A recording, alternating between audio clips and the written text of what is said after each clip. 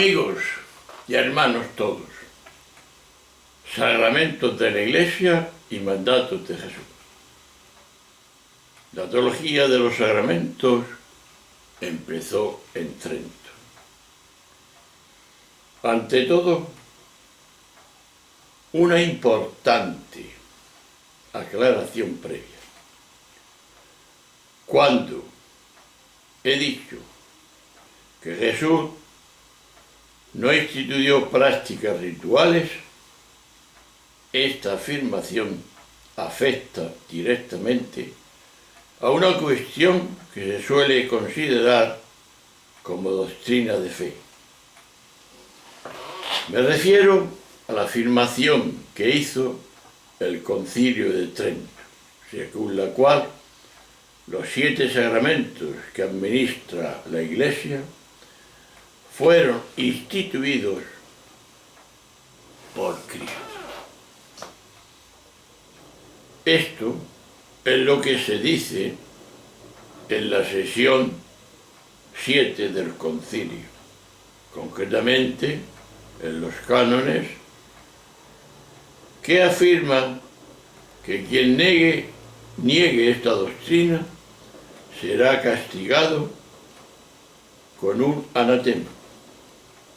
Pero aquí es de suma importancia saber que los anatemas de Trento se refieren simplemente a las prácticas que quedaban prohibidas, no a doctrinas que se condenaban.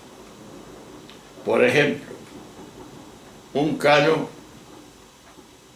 el 13, se dice: si alguien defiende que no le está permitido al sacerdote darse a sí mismo la comunión, anatema, ser anatematizado. Es evidente que eso no puede ser motivo de una herejía. Pero por otra parte, conviene tener presente que lo que se consideraba una herejía en el siglo XVI no coincidía lo que actualmente se acepta en la Iglesia como una doctrina herética. Por ejemplo, se pensaba que era una herejía lo que no estaba de acuerdo con los usos y costumbres de la Iglesia antigua, o lo que no coincidía con las enseñanzas de los padres de la Iglesia en la antigüedad. Pues bien, pero lo decisivo en este tema concreto radica en que cuando en la sesión 7 de Trento se planteó el problema de la teología de los sacramentos, lo que se pidió a los padres conciliares fue que definieran si los cánones de la mencionada sesión, en los que se resume toda la teología sacramental de la Iglesia católica, refutaban herejías o simples errores. Pues bien, en las actas del concilio está ampliamente documentado que los padres del concilio no llegaron a ponerse de acuerdo, y por eso no fue posible que en el Concilio de Trento estableciera una definición dogmática sobre la teología de los sacramentos. En consecuencia, ninguna de las afirmaciones que en la Iglesia se presentan acerca de la teología de los sacramentos es dogma de fe. Otra cuestión es si analizamos más detenidamente los sacramentos mayores de la Iglesia, que son, lo saben, el bautismo y la Eucaristía. Son los que vamos a explicar en este momento. Vamos a ver si lo hacemos. Los que recibimos el bautismo,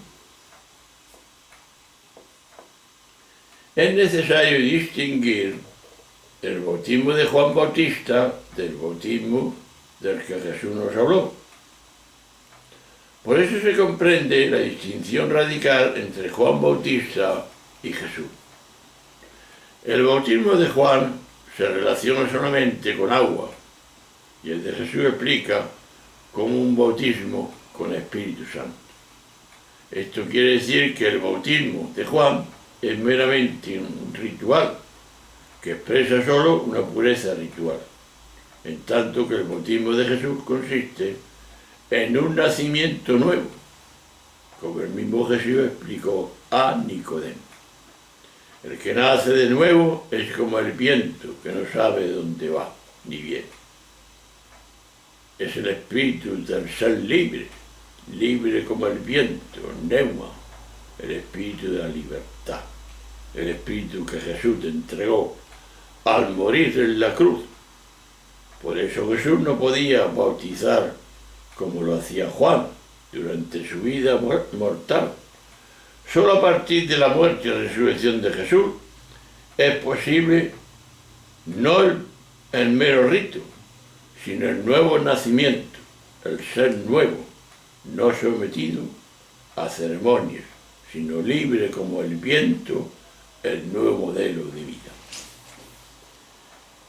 En el cristianismo ya no cabe la teología clásica del pecado original, que se explica a partir de la teoría introducida por el apóstol Pablo.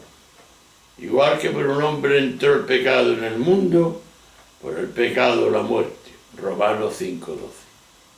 Cuando Pablo hizo esta afirmación, no se tenía ni idea del origen de la vida, ni de la evolución de las especies. Además, Pablo confunde un relato mítico, el relato de Adán y Eva, interpretándolo como un hecho histórico, con lo que construye la teología de la salvación que propone el cristianismo. Y a partir de una equivocación que inevitablemente se tradujo en una mentira, por supuesto Pablo no pudo plantear las cosas de otra manera, dados los conocimientos que se tenían en aquel tiempo. Lamentablemente no es que Pablo dijera lo que dijo. Lo verdaderamente triste es que se siga defendiendo hoy como palabra de Dios. Y cuando la gente escucha estas cosas como una ignorancia lamentable o como una mentira interesada. El bautismo cristiano no es un rito que limpia al bautizado de una mancha que no existe. Según los evangelios, tiene otra significación. Los evangelios sinópticos insisten en la diferencia radical entre el bautismo de Juan y el bautismo cristiano. El de Juan era un bautismo en agua o con agua, mientras que el de Jesús, lo hemos dicho ya, un bautismo con Espíritu Santo. El bautismo de Juan era un mero ritual de purificación para el perdón de los pecados. El bautismo cristiano, tal como lo presenta Jesús, es el bautismo del Espíritu, que entraña un nuevo nacimiento, como el mismo Jesús explicó a Nicodemo. El que nace de nuevo es otra persona, es un ser nuevo, porque es obviamente un recién nacido, o sea, se hace como un niño y en consecuencia vive de otra manera. La conclusión es clara: el cristianismo no se explica a partir de un ritual religioso de purificación, sino a partir de una nueva forma de vivir que solo es posible con la fuerza del Espíritu.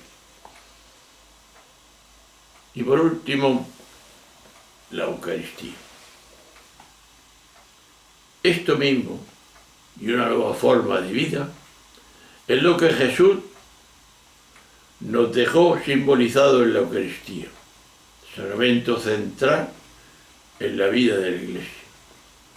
Todos sabemos que la Eucaristía tiene su origen en una cena precedida del acto simbólico del lavatorio de los pies, pero sabemos igualmente que lo que comenzó siendo una cena no tardó mucho en convertirse en un ritual sagrado, el santo sacrificio de la misa, que ha llegado hasta nosotros y que seguimos repitiendo, sometidos y anclados en una serie de ritos religiosos que proceden de cultos y costumbres que tienen antigüedad de los 1500 años.